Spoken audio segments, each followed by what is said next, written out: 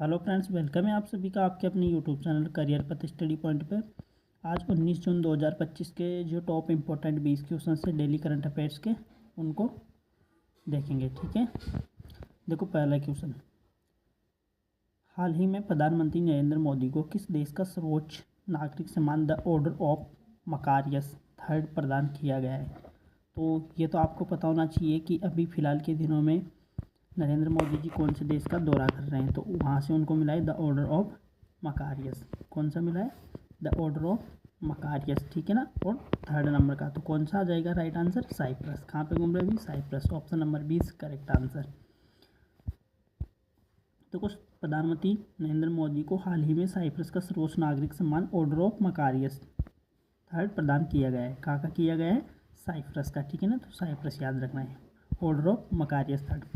Cyprus में UPI सेवाओं को शुरू करने के लिए एक समझौता ज्ञापन भी हस्ताक्षर किया गया है। ये बात भी आपको याद रखना है। ठीक है ना। नेक्स्ट क्वेश्चन,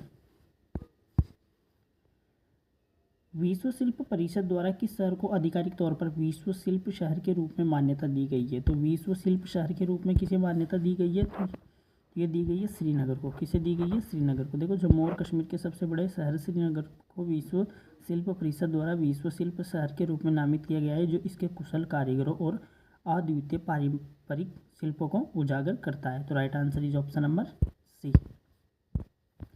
हाल ही में किस भारतीय महिला क्रिकेटर को उत्तर प्रदेश में पुलिस उपाधीक्षक यानी कि डीएसपी के रूप में नियुक्त किया है? स्मृति मंदाना, हरमनप्रीत कौर, दीप्ति शर्मा, मिताली राज। तो राइट आंसर क्या हो जाएगा दोस्तों? Deepti Sharma. Option number C. भारतीय महिला क्रिकेट टीम की खिलाड़ी दीप्ति शर्मा, ठीक है ना, को उत्तर प्रदेश पुलिस उपाधीक्षक यानी कि डीएसपी उपाधीक्षक के रूप में नियुक्त किया गया है। तो right answer is option number C. हाल ही में किस राज्य ने अंतर्राष्ट्रीय सरस्वती महोत्सव मनाया है? राजस्थान, हरियाणा, गुजरात, उत्तर प्रदेश। तो right answer is option number B. किसने मनाया है दोस्तों अंतर्राष्ट्रीय सरस्वती महोत्सव? गुजरात के अंदर। तो हरियाणा में। हरियाणा ने अंतर्राष्ट्रीय सरस्वती महोत्सव मनाया है, जिसमें सरस्वती नदी के सांस्कृतिक और ऐतिहासिक महत्व को ध्यान केंद्रित किया गया है। ठीक है। कौन सा bank Clarifive and NCRP integration solution को लागू करने वाला भारत का पहला बैंक बन गया है? ठीक है ना, इंपॉर्टेंट क्वेश्चन है, पूछा जा सकता है। भारतीय state bank, HDFC bank, Punjab national bank और आईसीआईसीआई बैंक। तो राइट आंसर क्या हो जाएगा? Punjab national bank. किस बैंक ने स्टार्ट किया है? पंजाब नेशनल बैंक ने सॉल्यूशन को लागू करने वाला भारत का पहला बैंक बनाए। क्या करने वाला? क्लेरिफाइव और एनसीआरपी इंटीग्रेशन सॉल्यूशन वाला। ठीक है, तो पंजाब नेशनल में क्लेरिफाइव और एनसीआरपी इंटीग्रेशन सॉल्यूशन को लागू करने वाला भारत का पहला बैंक बन गया है, ताकि इसकी धोखाधड़ी का पता लगाने और रोकथाम की क्षमताओं को बढ़ाया जा सके। तो याद रखना क्लेरिफाइव और एनसीआरपी। ठीक है। नेक्स्ट, इसरो के liquid propulsion system centre LPSC के निदेशक के रूप में किसे नियुक्त किया गया है? एस सोमनाथ, के सिवन, एम मोहन, वी नारायण। तो राइट आंसर क्या हो जाएगा? एम मोहन को। ठीक है, एम मोहन को। तो एम मोहन को इसरो के liquid proportional system centre LPSC के निदेशक के रूप में नियुक्त किया गया है। ठीक है ना, इंपॉर्टेंट क्वेश्चन ये भी याद रखना, पूछा जा सकता है सभी एग्जाम के अंदर। इंडिया मोबिलिटी ग्लोबल एक्सपो 2025 का उद्घाटन किस शहर में किया गया है? मुंबई, बेंगलुरु, नई दिल्ली, चेन्नई। तो देखो, इंडिया मोबिलिटी ग्लोबल एक्सपो। ठीक है, इंडिया मोबिलिटी ग्लोबल एक्सपो का उद्घाटन किस शहर में किया गया है? तो ये किस शहर में किया गया है? ये किया गया है नई दिल्ली। कहाँ पे किया गया है? नई दिल्ली। ठीक है, इंडिया मोबिलिटी ग्लोबल एक्सपो 2025 का उद्घाटन नई दिल्ली में किया गया है। ठीक है ना, कहाँ पे किया गया है? भारत मंडपम में किया गया है, जिसमें गतिशील क्षेत्र में प्रगति का प्रदर्शन किया जाएगा। हाल ही में खबरों में रहा पोलावरम बहुउद्देशीय परियोजना किस राज्य में स्थित है? पोलावरम। ठीक है ना, कौन सी बहुउद्देशीय योजना? पर पोलावरम बहुउद्देशीय परियोजना तेलंगाना, कर्नाटक, आंध्र प्रदेश, ओडिशा। तो राइट आंसर क्या हो जाएगा दोस्तों? आंध्र प्रदेश। क्या हो जाएगा? आंध्र प्रदेश। पोलावरम बहुउद्देशीय परियोजना, ठीक है, जो कि कहाँ पे एक महत्वपूर्ण सिंचाई और बिजली परियोजना है। कौन सी योजना है? सिंचाई और बिजली परियोजना, जो कि कहाँ पे लागू की गई है? आंध्र प्रदेश के अंदर। हाल ही में किस संगठन ने टेलीकॉम स्टार्टअप के लिए समृद्ध कार्यक्रम शुरू किया है? इंपॉर्टेंट क्वेश्चन है दोस्तों। ठीक है ना, इंपॉर्टेंट क्वेश्चन है। कौन सा कार्यक्रम? समृद्ध कार्यक्रम। तो ट्राई, BSNL, C.NESCOM। तो किसने स्टार्ट किया है? सी डॉट ने। किसने स्टार्ट किया है? सी डॉट ने। कौन सा कार्यक्रम? समृद्ध कार्यक्रम, ठीक है ना। तो सी डॉट ने लागू किया है। तो सी डॉट ने टेलीमैटिक्स विकास केंद्र ने टेलीकॉम स्टार्टअप के को समर्थन और बढ़ावा देने के लिए समृद्ध कार्यक्रम प्रारंभ किया है। अरावली पहाड़ियों में हाल ही में खोजी गई पोर्टुलाका भारतीय क्या है? तो पोर्टुलाका भारतीय क्या है? पक्षी की नई प्रजाति, पौधे की नई प्रजाति, नई चट्टान संरचना, कीट की नई प्रजाति। तो राइट आंसर क्या हो जाएगा? ये एक पौधे की नई प्रजाति है, ठीक है। क्या है दोस्तों? पौधे की नई प्रजाति है। क्या नाम इसका? पोर्टुलाका भारतीय, ठीक है ना। पौधे की नई प्रजाति है। तो पोर्टुलाका भारतीय अरावली की पहाड़ियों में खोजी गई एक पौधे की नई प्रजाति है जो क्षेत्र विविधता को बढ़ावा या बढ़ाती है। हाल ही में किस अंतर्राष्ट्रीय निकाय ने जैविक खतरों से सुरक्षा के लिए एक नया वैश्विक श्रम मानक पारित किया है? तो विश्व स्वास्थ्य संगठन, अंतर्राष्ट्रीय श्रम संगठन, संयुक्त राष्ट्र पर्यावरण कार्यक्रम, खाद्य और कृषि संगठन, ठीक है ना। तो क्या पूछा गया है? हाल ही में किस अंतर्राष्ट्रीय निकाय ने जैविक खतरों से सुरक्षा के लिए एक नया वैश्विक श्रम मानक पारित किया है? जैविक खतरों से, ठीक है ना। जैविक खतरे जानते हैं ना आप, जो जीवाणु बैक्टीरिया के द्वारा होने वाली जो भी बीमारियां या वायरस वगैरह, उनके लिए, ठीक है। तो राइट आंसर क्या हो जाएगा? राइट आंसर देखो, जिनेवा में 113वें अंतर्राष्ट्रीय श्रम सम्मेलन ने हाल ही में जैविक खतरों से सुरक्षा के लिए एक नया वैश्विक श्रम मानक पारित किया है। यह अंतर्राष्ट्रीय श्रम संगठन किसके द्वारा? ILO, अंतर्राष्ट्रीय श्रम संगठन, इंटरनेशनल लेबर ऑर्गेनाइजेशन। तो right answer is option number B के द्वारा, ठीक है, जैविक खतरों से सुरक्षा के लिए। और ये भी याद रखना है आपको कि जिनेवा में भी 113वां अंतर्राष्ट्रीय श्रम सम्मेलन आयोजन किया गया है, ठीक है ना, जिनेवा के अंदर।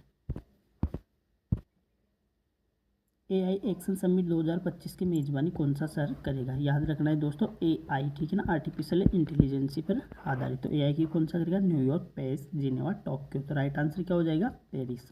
राइट आंसर क्या हो जाएगा? पेरिस, ठीक है। तो पेरिस AI एक्शन समिट 2025 की मेजबानी करेगा, जो AI के भविष्य पर चर्चा करने के लिए वैश्विक नेताओं को एक साथ लाएगा।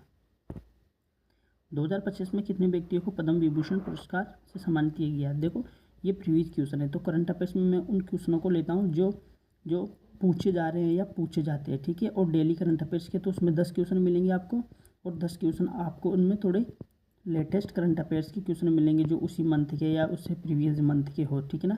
तो ये क्वेश्चन आपको पता होना चाहिए कि 2025 में कितने व्यक्तियों को पद्म पुरस्कार पद्म पुरस्कारों के बारे में पूछा जा सकता है। तो देखो, टोटल तो अगर हम बात करें भारत का शीर्ष सम्मान भारत रत्न, तो भारत रत्न कितनी हस्तियों को मिला था? 5 को, ठीक है, 5 को। अगर हम बात करें पद्म विभूषण की, कौन सा? पद्म विभूषण। तो पद्म विभूषण कितनों को मिला था? ये मिला था 7 को, ठीक है। अगर हम बात करें पद्म भूषण की, तो ये कितनों को मिला था? 13 को, ठीक है। अगर हम बात करें पद्म श्री की, तो ये कितनों को मिला था? 113 को। कितनों को मिला था? सॉरी, ये भूषण पुरस्कार 19 को मिला था दोस्तों। कितनों को?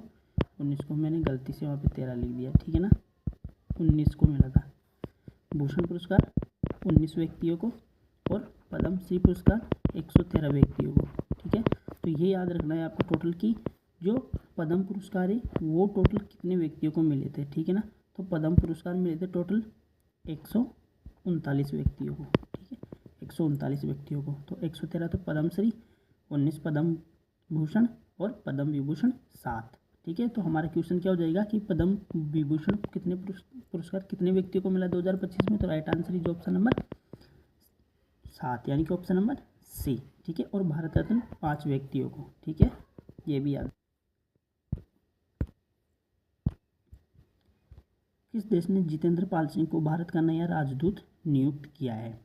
जितेंद्र पाल सिंह को संयुक्त राज्य अमेरिका, इजराइल, फ्रांस, जर्मनी। तो देखो, संयुक्त राज्य जितेंद्र पाल सिंह को इजराइल के अंदर, कहाँ पे? इजराइल के अंदर। तो option number B correct answer, ठीक है ना। इजराइल के अंदर अभी में ही क्या बनाया गया है? भारत का नया राजदूत नियुक्त किया है वहाँ पे। तो जितेंद्र पाल सिंह को इजराइल में भारत का नया राजदूत नियुक्त किया गया है, जिससे दोनों देशों के बीच में राजनयिक संबंध मजबूत होंगे। तो राइट आंसर क्या हो जाएगा? इजराइल। UTT 86वीं सीनियर नेशनल और अंतर्राज्यीय टेबल टेनिस चैंपियनशिप 2024 का आयोजन की गई थी। या आयोजित की गई थी, है ना। भोपाल, सूरत, मुंबई, नई दिल्ली। तो यूटीटी 86वीं सीनियर नेशनल अंतर्राज्यीय टेबल टेनिस कहाँ पे आयोजित किया गया था? सूरत के अंदर। Option number B. ठीक है, यूटीटी 86वीं सीनियर नेशनल और अंतर्राज्यीय टेबल टेनिस चैंपियनशिप 2024 में कहाँ पे? सूरत में आयोजित की गई थी। विश्व कुष्ठ रोग दिवस कब मनाया जाता है? विश्व कुष्ठ रोग दिवस या टीबी दिवस, तो ये मनाया जाता है 26 जनवरी को। तो right answer is option number D. देखो, विश्व कुष्ठ रोग दिवस प्रतिवर्ष जनवरी और अंतिम रविवार को मनाया जाता है, जनवरी माह के अंतिम रविवार को। ठीक है, तो कब मनाया जाता है? 26 जनवरी को। ऑस्ट्रेलियन ओपन 2025 में पुरुष एकल का खिताब। देखो, ऑस्ट्रेलियन ओपन तो किसने जीता? जेनिक सिनर ने। ठीक है ना, किसने जीता था? जेनिक सिनर ने। जेनिक सिनर ने ऑस्ट्रेलियन ओपन 2025 में पुरुष का एकल खिताब जीता है, जो उनके करियर में एक महत्वपूर्ण है। अब आपको मुझे कमेंट में ये बताना है कि जेनिक सिनर कहाँ के रहने वाले, ठीक है ना, कहाँ के रहने वाले जेनिक सिनर? स्पेन के। कहाँ के रहने वाले? स्पेन के। ठीक है, अब आपको कमेंट में ये लिख के बताना है कि ऑस्ट्रेलियन ओपन 2025 को महिला एकल का खिताब किस महिला ने जीता है। ठीक है ना, कमेंट में आपको ये बताना है। कि संगठन ने 2021-22 के लिए अखिल भारतीय ग्रामीण वित्तीय समावेशन सर्वेक्षण यानी कि NAFIS जारी किया। तो भारतीय रिजर्व बैंक, नाबार्ड, वित्त मंत्रालय, राष्ट्रीय सांख्यिकी कार्यक्रम यानी कि NSO, नेशनल स्टैटिस्टिक्स ऑर्गेनाइजेशन। तो राइट आंसर इज नाबार्ड। ठीक है ना, ऑप्शन नंबर बी।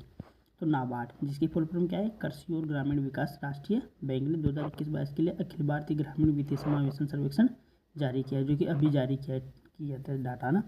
ठीक है ना, अब देखो नाबार्ड की बात करें तो नाबार्ड की स्थापना कब हुई थी? 12 जुलाई 1982 को। 12 जुलाई 1982 को। ठीक है, मुझे कमेंट में लिख के बताओगे आप लोग नाबार्ड का हेडक्वार्टर कहाँ है और अभी वर्तमान में इसके अध्यक्ष कौन है। हाल ही की रिपोर्ट के अनुसार भारत दुनिया की सबसे बड़ी अर्थव्यवस्था, तीसरी, चौथी, पाँचवीं, छठी। तो right answer is option number B. कौन से नंबर की बन गई है? चौथे नंबर की। ठीक है ना, हाल ही की रिपोर्ट में संकेत मिलता है कि भारत कुछ प्रमुख अर्थव्यवस्थाओं को पछाड़कर दुनिया की कौन सी छोटी सबसे बड़ी अर्थव्यवस्था बन गया है। 2025 स्काई टैक्स अवार्ड्स में किस भारतीय एयरलाइंस ने कम लागत वाली एयरलाइनों में विश्व स्तर पर तीसरा स्थान हासिल किया है? स्पाइस जेट, विस्तारा, इंडिगो, एयर इंडिया एक्सप्रेस। तो right answer is option number C, IndiGo. ठीक है, इंडिगो ने दुनिया में तीसरा स्थान प्राप्त किया है। तो एयरशिप और स्कूट के बाद इंडिगो ने 2025 स्काई टैक्स अवार्ड्स में कम लागत वाली एयरलाइंसों में विश्व स्तर पर तीसरा स्थान हासिल किया है। ठीक है दोस्तों, तो right answer is option number सी।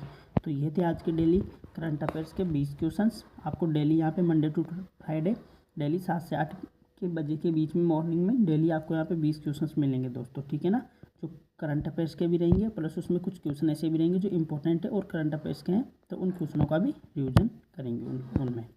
ठीक है दोस्तों,